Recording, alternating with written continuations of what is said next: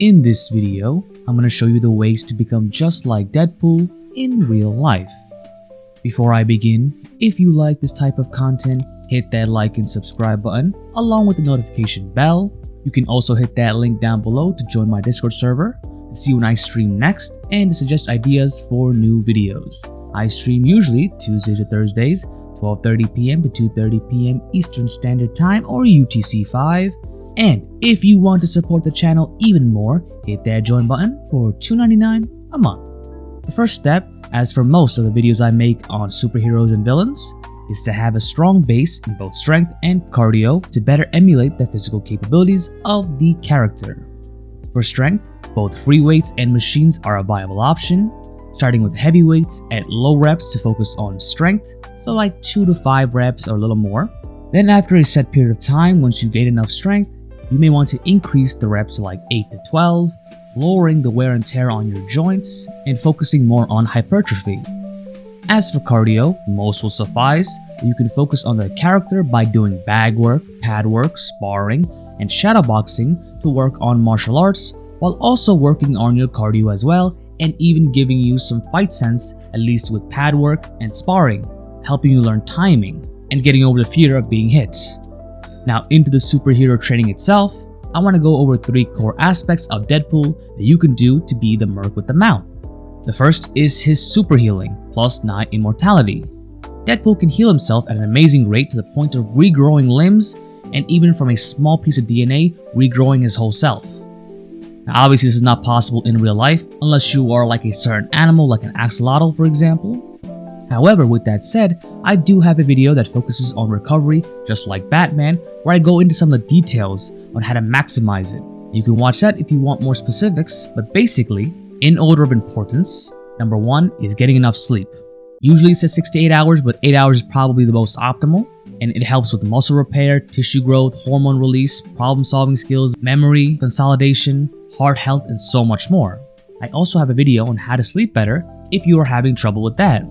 Next is nutrition, which aids in physical and mental recovery, for example protein building tissues, ligaments, and muscles, carbs for energy and wound healing, and fats for reducing inflammation. And these are just some of the many benefits that a proper diet will have. In line with this, it also depends on your unique health, so you may be overweight or anorexic, in which case you need to also modify the amount of calories you're intaking, or if you have high blood pressure, you may want to lower the amount of sodium. Lastly, as mentioned before in the video, is exercise. Exercise can protect oneself from a variety of different illnesses and disorders, along with being able to reduce pains or issues caused by other ones. A couple of examples are obesity, heart disease, high blood pressure, diabetes, etc. Now on to the 9 immortality that Deadpool has, which is still in line with the first core aspect. Doing these 3 things will no doubt both increase your life in terms of quality and in quantity. But if you want to do a little more, there is that YouTuber Brian Johnson, not the Liver King, but the other one, whose whole goal right now is to de-age himself. He has multiple videos, and while some may be unreasonable for most people to copy, 1-to-1, there are some more reasonable techniques like meditation, light therapy, the use of supplements, etc., which may or may not have some benefits for you, but it wouldn't hurt to try to see if it's effective. The next core is his unpredictability, due to him being crazy caused by him getting his healing factor, which makes him very unpredictable. It's so much so that it's classified technically as a superpower, at least I would, as even Taskmaster, whose biggest ability is to copy any style of fighting, with the exception, besides like superpowers, is Deadpool. And this can be useful both in life and also in fighting. In fighting, it keeps the opponent unaware of your next move. This can be done by first learning the rules and then subsequently breaking them, which basically means you want to learn proper form for the attacks with consistent practice, learning head movement, footwork, timing, things that can be done only in sparring, bag work, and other martial arts training. As for which martial arts to choose to become more like Deadpool, I'd always recommend a mixture of a striking and a grappling, and I have a video called What Martial Arts Would Batman Use?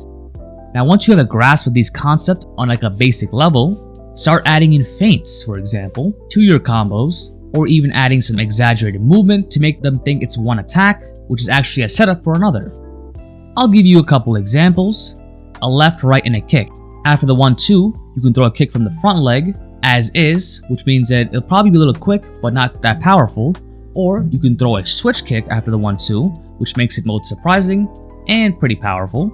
Or you can follow the cross, which is the second punch, with a kick as well.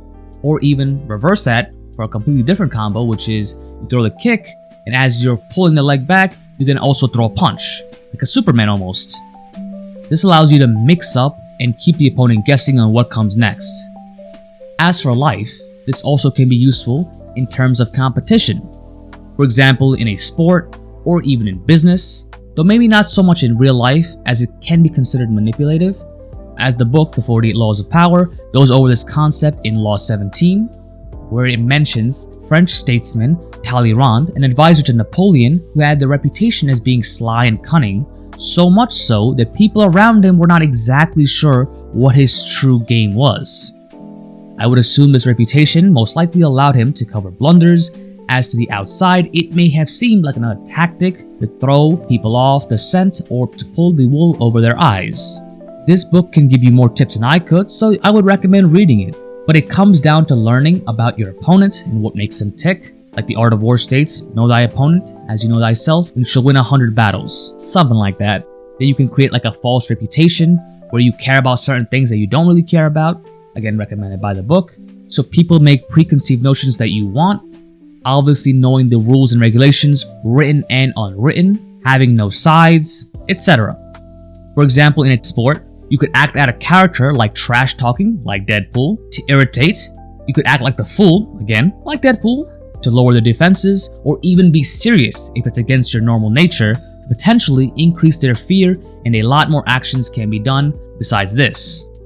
Now, just like in a fight though, being unpredictable requires knowing the timing.